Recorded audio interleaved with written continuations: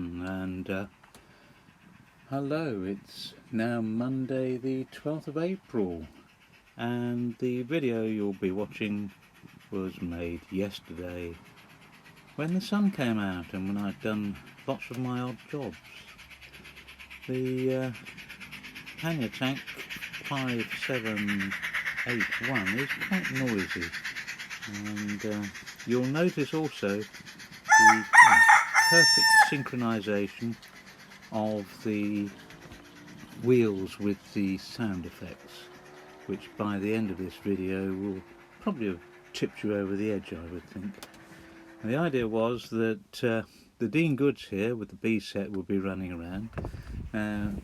She did an hour and 45 minutes yesterday, and I hadn't charged her before I put her out there, so she ran very well.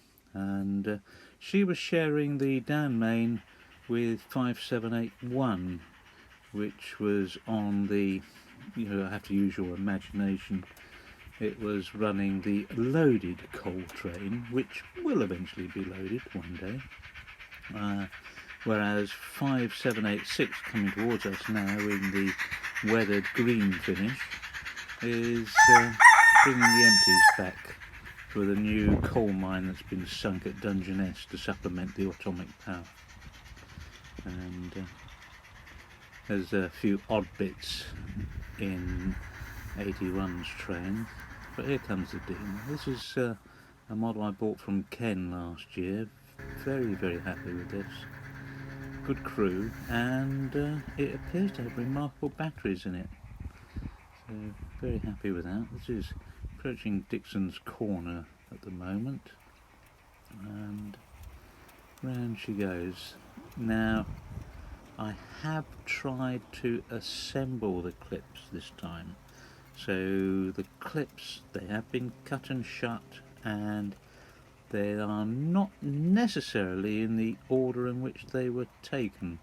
A bit of a giveaway being it was a chop and changey sort of afternoon. Well, I didn't start playing until about 3:30, and we had bouts of dull and bouts of very bright weather.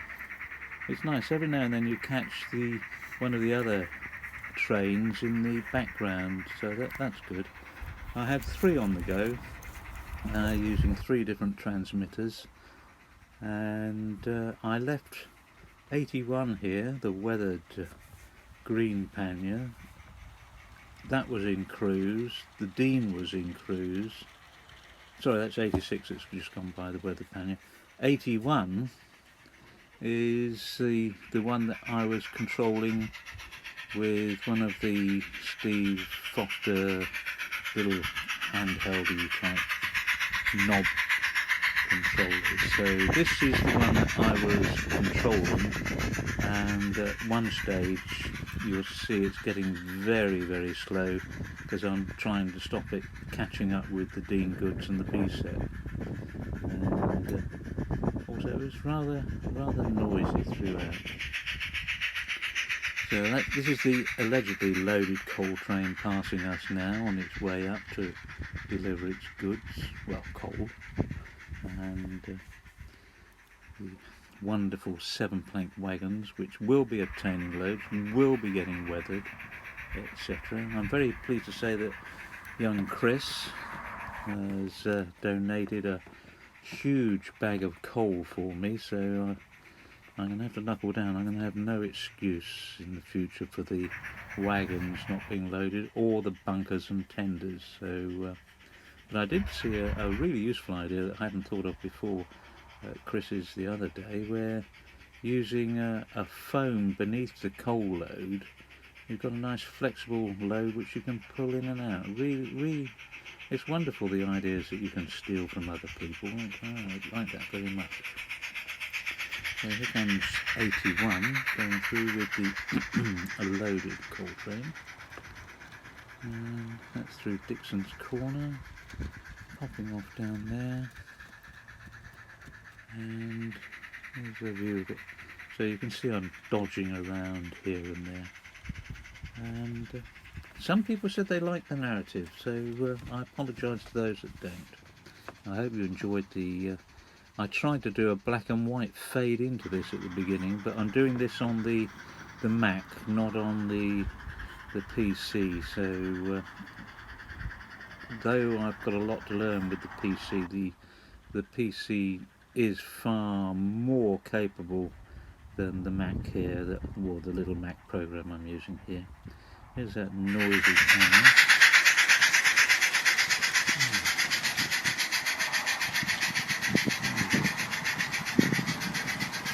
There's a tight spot in the track just there. Later on you'll see the beam come round and it almost seems to hesitate. It's not a low-pass problem, it's a permanent wave problem. So I will be addressing that, but I need to know it's going to be warm. It's been so changeable. I understand parts of Kent this morning had snow and sleet. Thank goodness it didn't get here. It was jolly cold this morning. It looks like 86 has got a bit of a spurt on. Down here.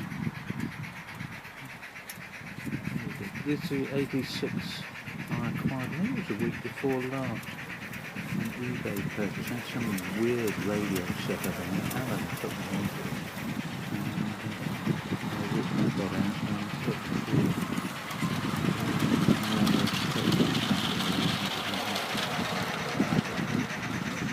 Gotta get myself a tail lamp made up to go on the back of that preset, but not quite so easy as the Mark 1 coaches.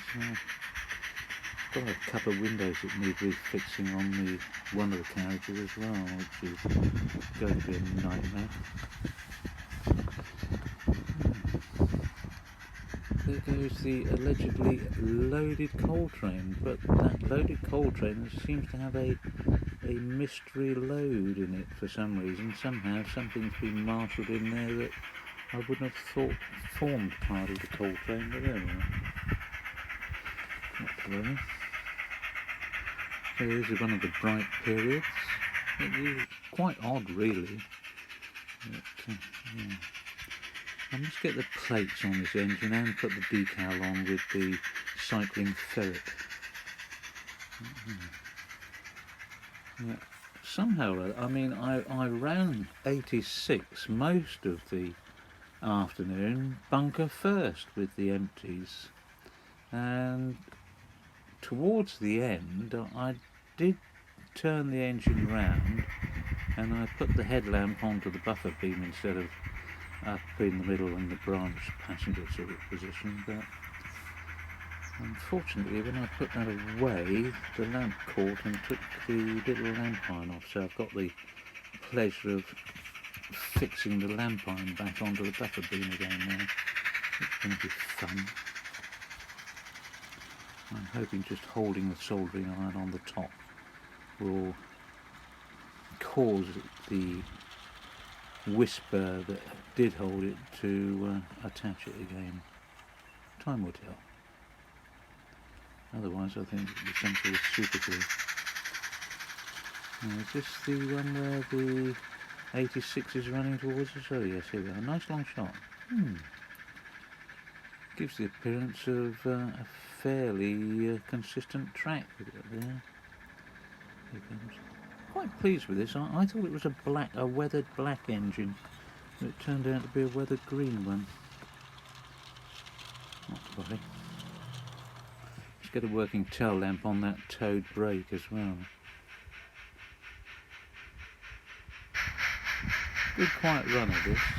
So hope it stays that way.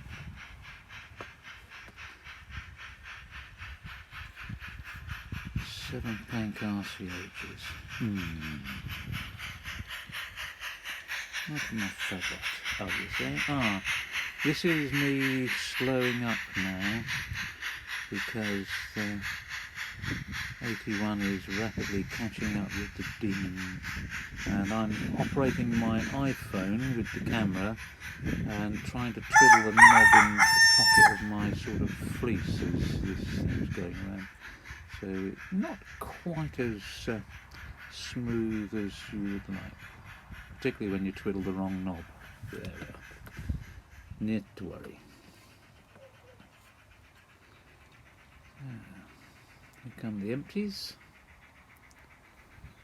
on the way to Dungeness Pit.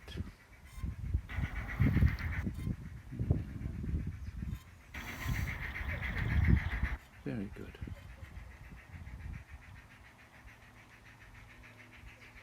I have tried to turn the volume down on some of the noisy bits. It didn't actually work as well as I would like, so I apologise for that.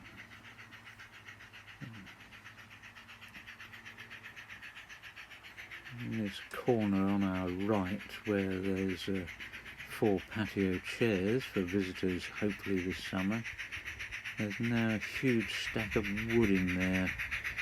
Not those few bits that were there yesterday. There's a huge stack that I put in there this afternoon, getting ready for the modifications and the extensions. It's getting closer.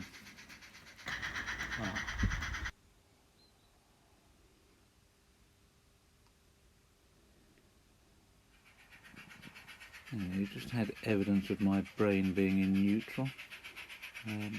You may pick up in one of the shots that some of this, like this shot now, is being shot with my mini iPad held in one of those bolt onto the table type mini vices, and when I looked at the button, I thought that it was set for photo, so I dodged it up one, pressed the button, and I didn't realise until afterwards that I'd actually hit the time-lapse button, so that's why you got those 2 quick bits thrown in there. There's the 2 windows that looks like I'm going to have to look at. There was only one, so you've got to be so careful handling those carriages. They've got to be boxed up. The cardboard boxes they came in are just unsatisfactory. 86 is marching on there. There we are. And you can see the table vice gripping the iPad with a picture of Mother on the back.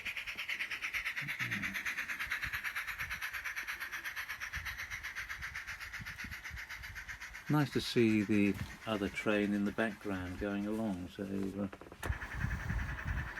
there are a few shots like that. None of them were staged, I have to say. So there were 86 trudging along there with 81 coming along over the top. Very pleasant, nice and steady. It was lovely to be able to, I mean, because the weather's been so changeable, it was so lovely to be able to get out there and just play trains for a couple of hours and not actually end up with hypothermia at the end of it. I was very, very happy about that. If you hear a slurping sound, I'm just having a sip of my cup of tea.